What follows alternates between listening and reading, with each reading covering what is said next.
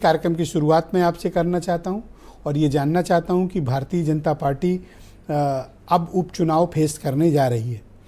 जो कुछ लोकसभा के परिणाम रहे हैं, क्या बीजेपी उन हार के झटकों से उबर पाई? आप समीक्षा कर पाए, आत्मचिंतन कर पाए कि अब आपको ये लखनऊ वाले चुनावों के लिए में क्या बीजेपी की तैयारी है? देखिए ब्रजेश जी, एक तो हम संगठनात्मक दल है, कार्यकर्ता आधारित दल है और हम जीत की भी समीक्षा करते हैं और हार की भी समीक्षा करते हैं।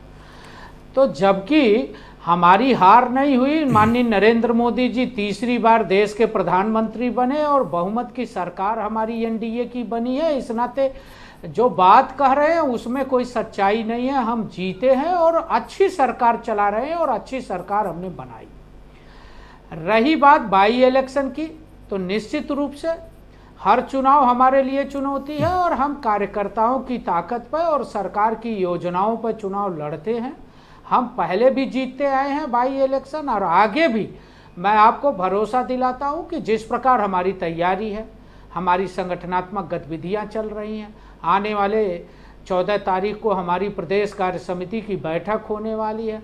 हम प्रत्येक 3 महीने पर संगठनात्मक बैठक करते हैं, उसमें 3 महीने की कार्य योजना बनाते हैं, उस कार्य योजना को लेकर नीचे जाते हैं और बहुत सारी संगठनात्मक गतिविधियां हमारी चल रही हैं, पिछले दिनों से चल रही हैं और ऐसी कहीं कोई परिस्थिति नहीं है कि हम हार में निराश हैं, हमारे कार्यकर्ता निराश हैं। हम इस प्रकार का कोई एटमॉस्फेयर नहीं है। हम हार और जीत दोनों को स्वीकार करते हैं और जनता के जनमत को स्वीकार करते हैं। अभी जो कुछ भी अभी कहीं हम जीते हैं, अभी समीक्षा हुई जिसमें बीएल संतोष जी भी आए थे, क्या उस समीक्षा से निकल कर आया कि किन कारणों से आप हारे? क्या उनको सही बात बताई गई या फिर ऐसे ही रस्मदायगी वाली बात थी? नहीं ब्रजेश जी, मैं आपको करेक्ट करना चाहता हूँ। बीएल संतोष जी कोई हार की समीक्षा करने नहीं। बीएल संतोष जी संगठनात्मक बैठक करने आए थे और महामंत्री संगठन का प्रवास था उत्तर प्रदेश के अंदर। विभिन्न प्रकार की बैठकों की काम किया उन्होंने। 2 दिन की बैठकें हुई। उन्होंने अंतिम बैठक मीडिया, हमारे प्रवक्ता और हमारे मीडिया पदाधिकारी और आईटी के साथ भी किया और भी कई प्रकार की कैटेगरी की बैठक की। और आगे हमारी सदस्यता अभियान चलने वाले हैं, हमारी प्रदेश कार्य समिति होने वाली है। अच्छा, एक सवाल निकल कर इस बाई इलेक्शन से आया है प्रसाद मुखर्जी जी का। जी, क्या आप अपने सहयोगी दलों को सीट देंगे या फिर सभी सीटों पर अकेले लड़ेंगे? नहीं, देखिए ब्रजेश जी, मैं पहले भी आपके डिबेट में कह चुका हूं कि सहयोगी दलों का सम्मान हम सदैव करते रहे और हम अपनी सीटें भी सहयोगी दलों को दी हैं। आपको याद होगा संजय निषाद जी हमारे कैबिनेट मिनिस्टर, हमने उनको मनोनीत क्षेत्र से विधान परिषद भेजा।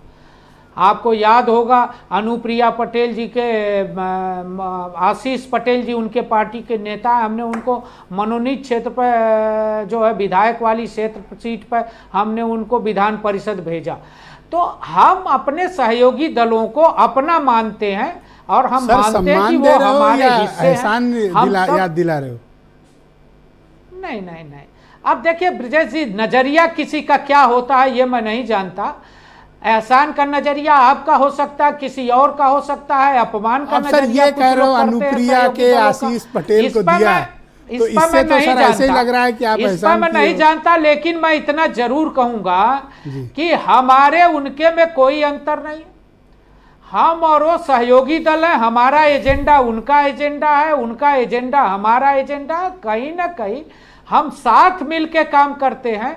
हमारा काम अपमानित करना नहीं है, हमारा काम अपने सहयोगी दलों का सम्मान करना। थैंक यू, शुक्रिया और उनके साथ मजबूती से जो एजेंडा है हमारा जी, गरीब कल्याण का एजेंडा है, जो नोट कर लिया। नेक्स्ट राउंड में आप अपनी बाकी बात रखिएगा। मैं आपके मित्र सुनील साजन को इन्वाइट करता हूँ। धन्यवाद जी। सुनील साजन जी मेरे साथ मौजूद हैं, समाजवादी पार्टी के प्रवक्ता। धन्यवाद समीर जी, बहुत शुक्रिया। मैं